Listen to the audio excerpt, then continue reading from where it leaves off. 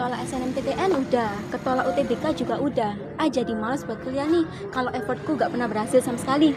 Iya nih bener, apalagi di univ swasta jurusannya cuma sedikit. Tenang guys, tenang.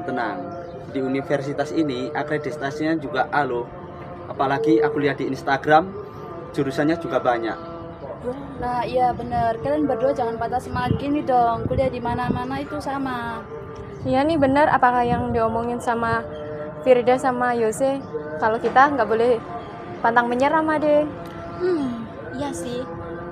Kira-kira jurusan yang banyak pekerjaannya tuh jurusan apa ya? Kalau menurutku sih jurusan ekonomi pembangunan. Kalau kalian gimana? Hah? Ekonomi. Apa pembangunan? Bukan gitu guys.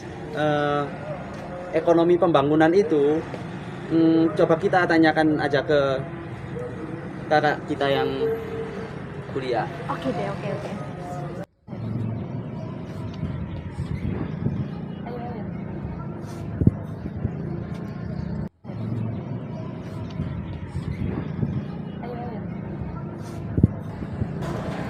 Nah, itu ada kakak-kakak. Ayo coba kita tanya. Boleh? Permisi kak, kami mau tanya tentang jurusan ekonomi pembangunan. Wah kebetulan saya dari jurusan ekonomi bangunan. Kalian minat masuk jurusan ini kan? Iya kak. Iya, Kak, kami berminat. Ya udah sini saya. Nah kalian mungkin bisa dengerin penjelasan dari Kak Erwin. Nah, jadi jurusan ekonomi pembangunan itu memungkinkan mahasiswa untuk memahami strategi pertumbuhan ekonomi yang berkelanjutan. Dan kamu dapat menganalisis bagaimana pertumbuhan ekonomi yang dijalankan secara inklusif, menjaga keseimbangan antara kepentingan sosial, ekonomi, dan lingkungan.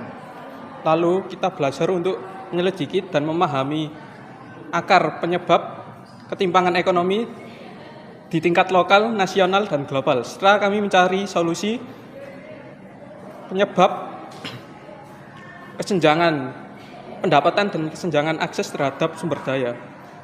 Selanjutnya di jurusan ekonomi pembangunan kamu mempelajari mengoptimalkan pemanfaatan sumber daya yang tersedia, baik itu manusia, alam maupun modal. Kami mencari cara untuk meningkatkan efisiensi dan efektivitas penggunaan sumber daya untuk mencapai pertumbuhan ekonomi yang berkembang. Tak hanya itu, kami juga belajar untuk merancang kebijakan publik yang efektif untuk mendukung pertumbuhan ekonomi yang inklusif. Kami belajar untuk memahami kebijakan fiskal, moneter, dan sosial dalam membentuk kondisi yang mendukung pertumbuhan ekonomi yang berkelanjutan. Nah, untuk penjelasan selanjutnya kalian boleh ditanyakan ke kakak yang lain.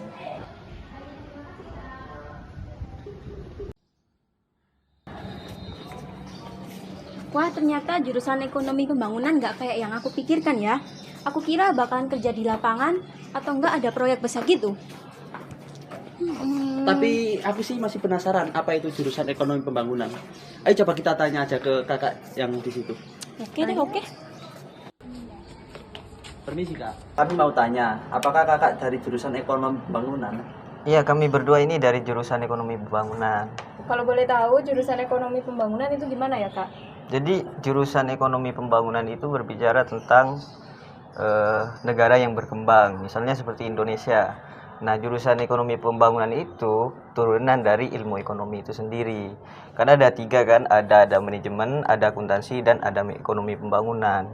Jadi ekonomi pembangunan itu berbicara terkait inflasi, kebijakan, dan pengangguran, dan SDM, sumber daya manusia itu sendiri. Nah, tiga dan saya sudah sebutkan tadi itu mencakup dalam ekonomi pembangunan. Jadi seperti itu.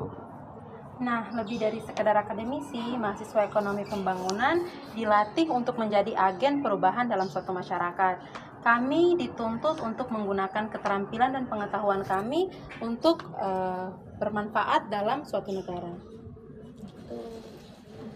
Makasih ya Kak atas Ya, informasinya. Sama-sama. Semoga berminat. Oke. Setelah mendengarkan kakak-kakak tadi, aku jadi minat banget deh sama jurusan ekonomi pembangunan.